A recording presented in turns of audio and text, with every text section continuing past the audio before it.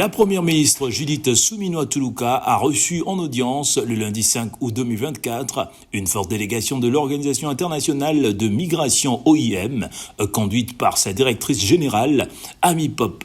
Cette rencontre était élargie du côté gouvernemental à la ministre d'État, à ministre des Affaires étrangères, au ministre de la Santé et au vice-ministre de l'Intérieur. La partie onusienne était représentée par Bruno Lemarquis, et coordonnateur des opérations humanitaires en RDC. Au cœur de ces échanges, les discussions ont porté sur la crise humanitaire et les impacts des conflits sur les communautés très vulnérables dans l'Est de la République démocratique du Congo.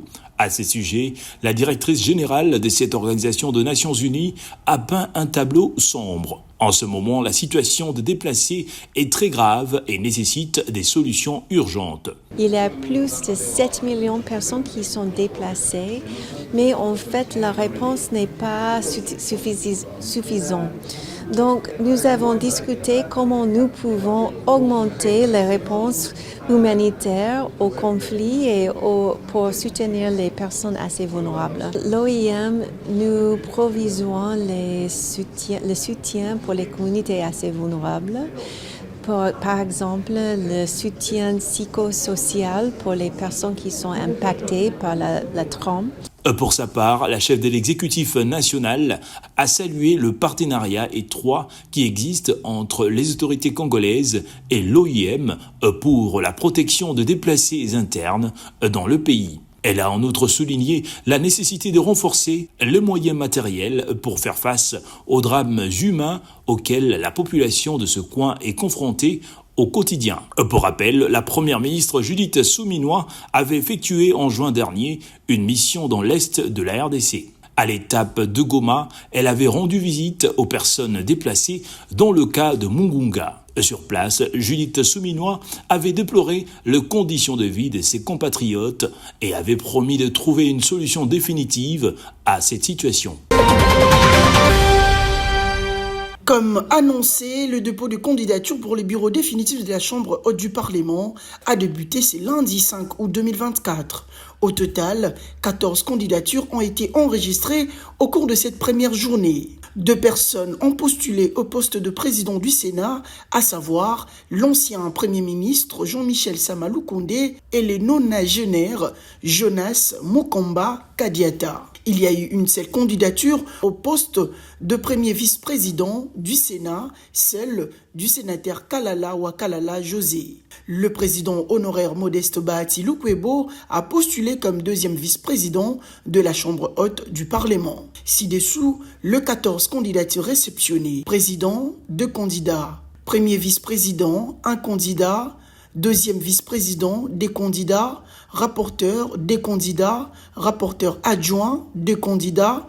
Quester, 3 candidats. Quester adjoint, 2 candidats. Le dépôt de candidature se poursuit jusqu'à ce mardi, d'après le calendrier réaménagé. Il s'y est de rappeler que l'élection du bureau définitif du Sénat est prévue pour le samedi 10 août 2024.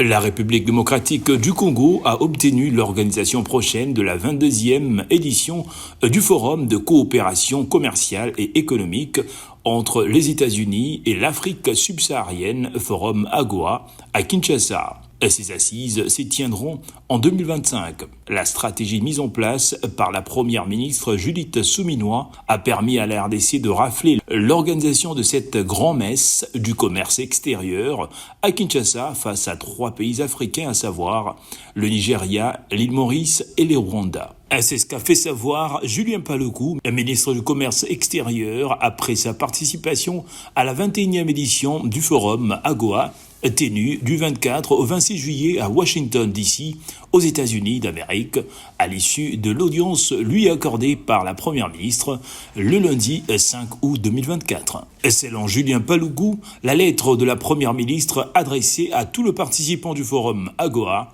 définissant les éléments clés qui fondent la demande de la RDC, a été l'élément déclencheur de cette victoire. La RDC y a participé avec une demande expresse, celle d'organiser le Forum AGOA, la 22e édition, ici à Kinshasa, ce qui a été obtenu grâce au plaidoyer que Madame la Première ministre a pu faire par une lettre qu'elle a pu adresser à tous les participants pour noter effectivement l'intention de la RDC à organiser les forums à Goa avec toutes les facilités que la RDC va accorder, avec les opportunités que le monde entier va devoir découvrir ici en RDC. Et cela a pu attirer l'attention de tous les participants. Et cette 22e édition, à l'en croire, va permettre aux partenaires américains et congolais d'établir un cadre de collaboration dans le secteur défini dans la stratégie nationale AGOA qui énumère 21 filières du secteur agricole et 5 filières du secteur minier. Il a par ailleurs rappelé le vœu de la Première ministre qui tient à ce que l'organisation de ce forum à Kinshasa soit une réussite. La RDC a réintégré l'AGOA en décembre 2020 après 10 ans de suspension. Ces retours étaient le fruit des avancées démocratiques et de beaucoup d'autres efforts fournis sur le plan économique.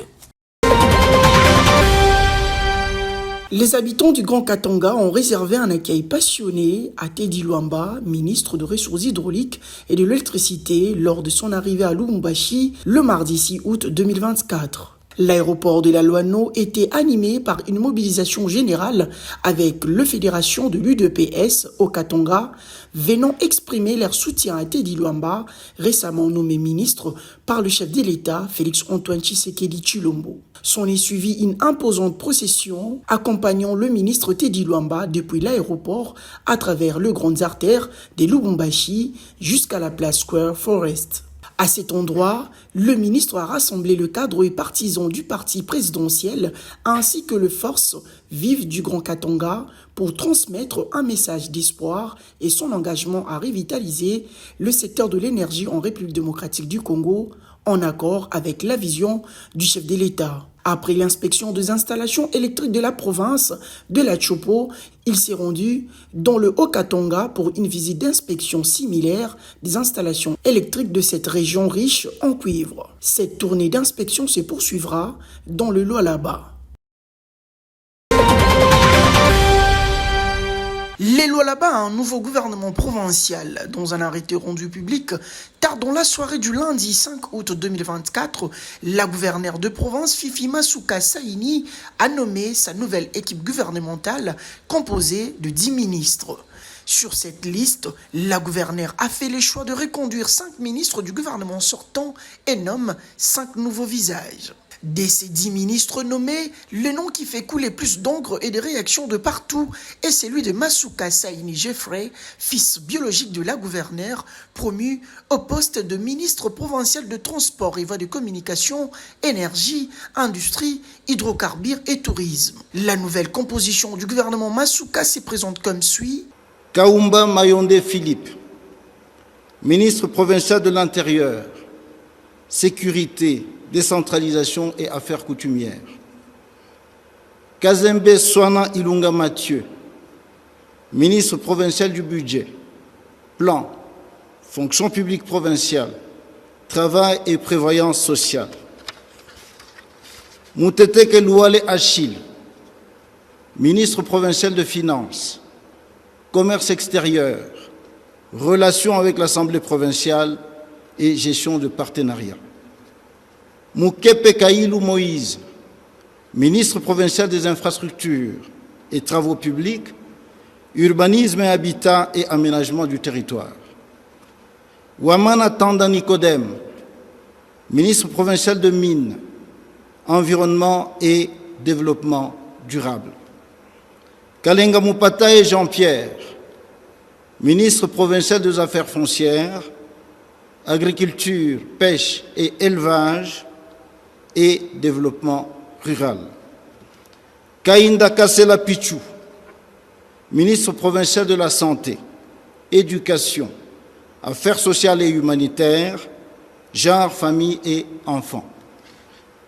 Masuka Saini Jeffrey, ministre provincial de Transport et Voies de Communication, Énergie, Industrie, Hydrocarbures et Tourisme.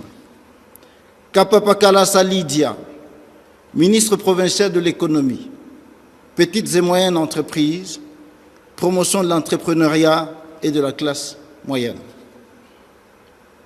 Fana Moussangu Saïza Neuf Simon, ministre provincial de la Jeunesse, Sport et Loisirs, Culture et Arts, Communication et Presse, Pétantique et Initiation à la nouvelle citoyenneté. Pour certaines sources, la province du Lualaba est entre les mains de la famille Masuka. La gouverneure Fifi Masuka est prise en partie à tort ou à raison pour avoir nommé un de ses fils dans sa nouvelle équipe gouvernementale et plusieurs autres autour d'elle.